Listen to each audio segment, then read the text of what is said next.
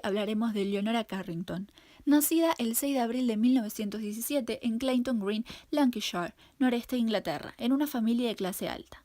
Pasó mucha parte de su infancia disfrutando de las tradicionales historias irlandesas y los libros de Lewis Carroll y Beatrice Potter. Su padre, Harold Wilde Carrington, siempre estuvo en desacuerdo con que Leonora hiciera una carrera de artes, pero con el apoyo de su madre, Maureen Carrington, logró ser enviada a estudiar en un internado en Florencia, Italia. En 1936 regresó al Reino Unido y se estableció en Londres. Allí asistió a la primera exposición surrealista que abrió en Inglaterra. Ahí descubrió y quedó fascinada con la obra de Max Ernst, a quien conoció en 1937 en una cena. Luego de este evento, se distanció completamente de su familia y a sus 20 años de edad se mudó a París con Max Ernst, quien tenía 46 años de edad. Al mudarse a París, se acercó al círculo surrealista de Pablo Picasso, Salvador Dalí y André Breton. La artista remarcó que aunque eran revolucionarios, los surrealistas tenían ideas retrógradas sobre las mujeres involucradas en el movimiento. Para ellos eran musas en potencia. Pero ella era una revolucionaria, una transgresora para su época. Se rebeló contra su familia, se dedicó al arte, lo que era muy mal visto en una mujer en esa época. Años después, los dos artistas, Leonora y Ernest, se mudaron a Provenza, donde el artista incursionó en la escritura con historias surrealistas y un poco autobiográficas. Pero al subir los nazis al poder, Ernest fue arrestado y Carrington tuvo que huir a España, donde tras sufrir un colapso nervioso fue internada en un hospital psiquiátrico en Santander. Tiempo después, su padre ordenó que fuera enviada a otro hospital, pero en Sudáfrica. Mientras esperaba el barco que la llevaría a su destino desde Lisboa, logró huir en un taxi a la Embajada de México, donde estaba Renato Leduc, un diplomático amigo suyo, que había conocido en París. Establecieron un matrimonio por conveniencia y de esa forma ella, como esposa de un diplomático, pudo escapar a Nueva York, donde vivió un par de años. En 1942, Leonora llegó a México, se naturalizó y se enamoró de la escena artista mexicana y encontró inspiración en la cultura mexicana y maya. En México también conoció a otros artistas e intelectuales europeos que habían escapado de los horrores de la Segunda Guerra Mundial. También conoció a Remedios Varo, quien fue una muy querida amiga para ella y con quien compartió una visión onírica que corre por los lienzos de ambas artistas. También conoció a su segundo esposo, Emerico Weiss, un fotógrafo húngaro con el que tuvo dos hijos, Gabriel Weiss y Pablo Weiss.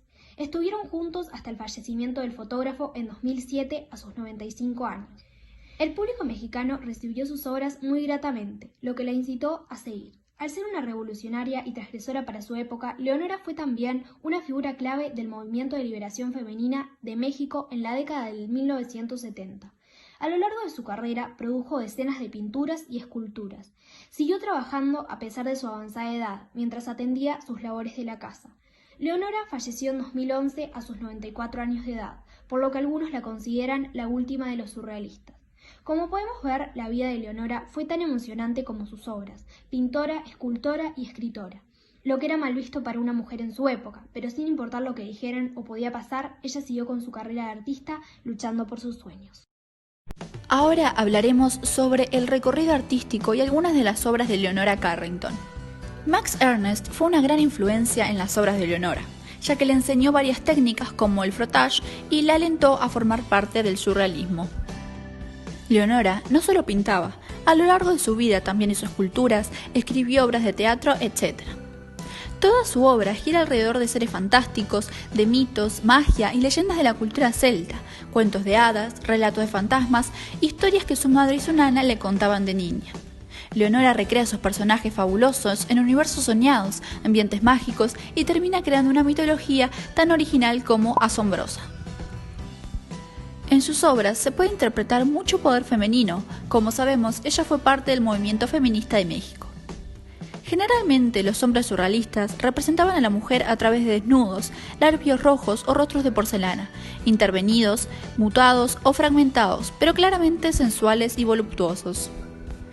Por su parte, las hechiceras surrealistas como Mary Carrington representaban la feminidad como experiencia más que como arquetipo, despojándola de mitos o identidades preconcebidas.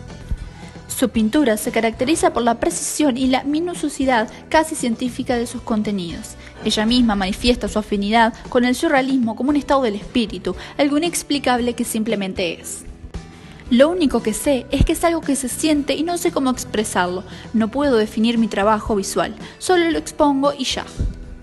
En muchas de sus obras podemos ver cómo el personaje principal es femenino y las coloca como seres de mucho poder. En su obra de 1947, La giganta o la guardiana del huevo, la figura central se apodera del espacio, rodeada de aves oscuras y monumentales que casi la igualan en tamaño y que parecen surgir de su ropaje. Detrás de ella, el mar se funde con el cielo en una mezcolanza de turquesas y marrones, que dejan ver la riqueza biológica marina, clara alusión a su infancia rodeada de animales. Sobre sus hombros cae un manto claro, vestida de anaranjado, color de la vitalidad y coraje, con estampados que reflejan fertilidad o evolución, sostiene en sus manos, peculiarmente pequeñas, un huevo plateado, que frente a la inmensidad de su protagonista se percibe frágil. La figura del huevo sería un elemento recurrente en su ficción pictórica, un símbolo crucial de sus aspiraciones maternas y protectoras. A sus pies, las miniaturas que la rodean la miran con una rareza fenomenal, ajena a su existencia, incapaz de encajar en su entorno. Tal cual la giganta de ultramar, Leonora fue incapaz de conectar con sus raíces, aristocráticas y suntuosas.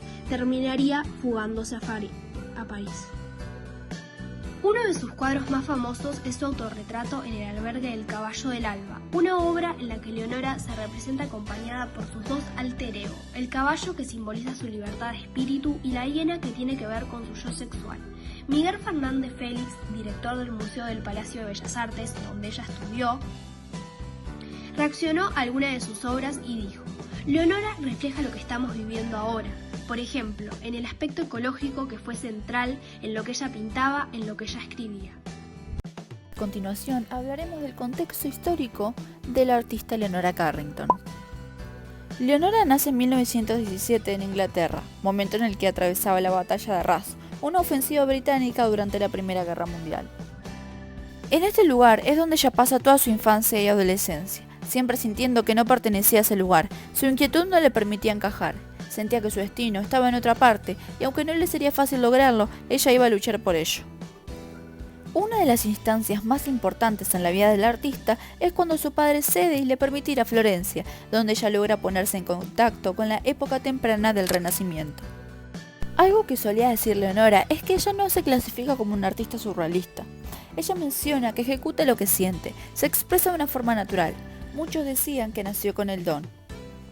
Como bien se menciona anteriormente, Leonora huye con Max Ernst a París. Sin embargo, en mayo de 1950 se llevan a su esposo a un campo de concentración. Esto fue crucial para Leonora. Ella no encontraba consuelo. Lloraba y se provocaba espasmos que le sacudían el estómago como terremotos. Tras ese acontecimiento, Leonora deja Francia y va a buscar refugio a España. Al llegar a España, Leonora es internada en Santander bajo los efectos de mucha droga, provocando alucinaciones. Una de ellas, y la más importante, fue sentir que era la Trinidad. Después de todo lo vivido en Santander, Leonora consigue estar lúcida de nuevo y escribe un libro llamado Las Memorias de Leonora Carrington, donde cuenta todo lo acontecido.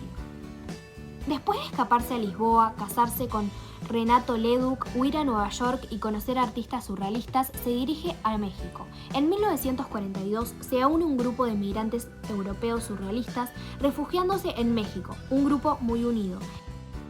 En 1947 realiza una obra inspirada en el matrimonio, a partir de su casamiento y sus dos hijos. Leonora tiene un cambio de actitud. Se dice que empezó a ver las cosas más positivas. Su concepción del mundo cambió. En 1956, Leonora se expone por primera vez en la Galería de Arte Mexicana. En conclusión, el contexto en el que vivió la artista Leonora Carrington fue bastante crítico pero característico de su época.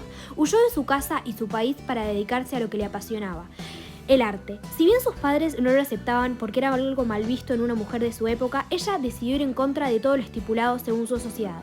También huyó de la Segunda Guerra Mundial. Muchas de sus obras se vieron marcadas por su vida bastante difícil. Sus obras se caracterizan por tener personajes fantásticos inspirados en cuentos que le contaba su abuela de pequeña. Mitad humanos, mitad lobos, seres mitológicos y casi siempre a la mujer en un lugar heroico o como centro. Como ya sabemos, Leonora participó del movimiento feminista de México.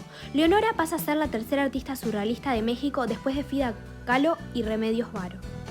En esta instancia hablaremos de una de las pinturas más famosas del artista, Self-Portrait, Inn of the Down Horse, o autorretrato.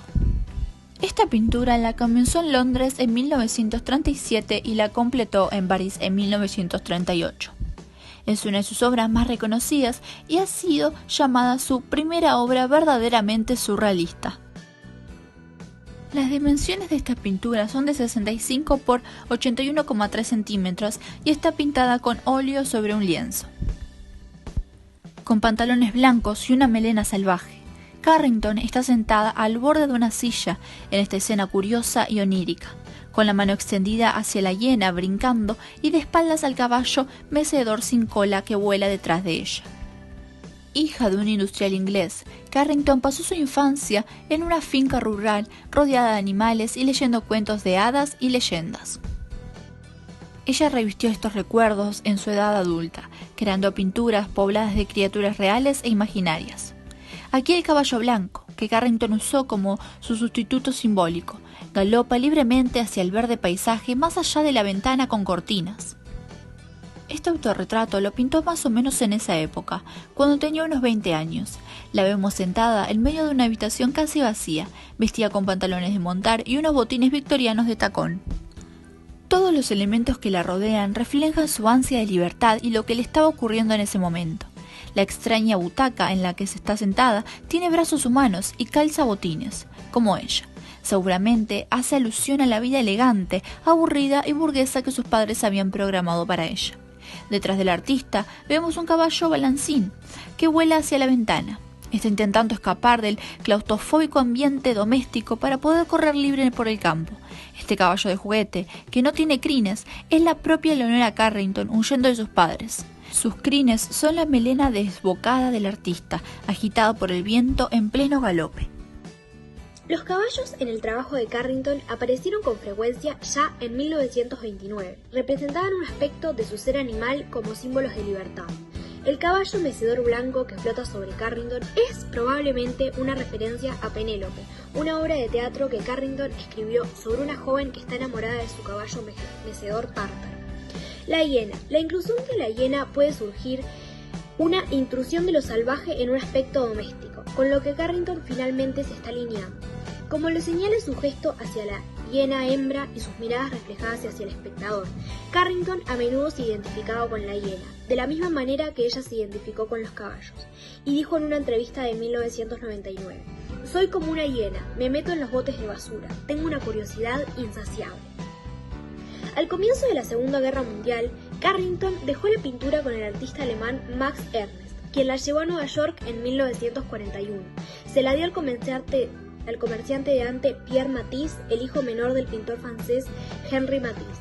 En algún momento después de diciembre de 1942 y a su muerte, la pintura fue transferida a su viuda María Gaetana Matisse. En 2002, el autorretrato fue regalado al Museo Metropolitano de Arte por la Fundación Pierre y María Gaetana Matisse. Esta obra actualmente se encuentra en la colección del Museo Metropolitano de Arte, ubicado en Nueva York, pero alrededor de la historia pasó por muchos museos como Museo Picasso Málaga, Manchester Art Gallery, Los Angeles Country Museum of Art y entre muchos.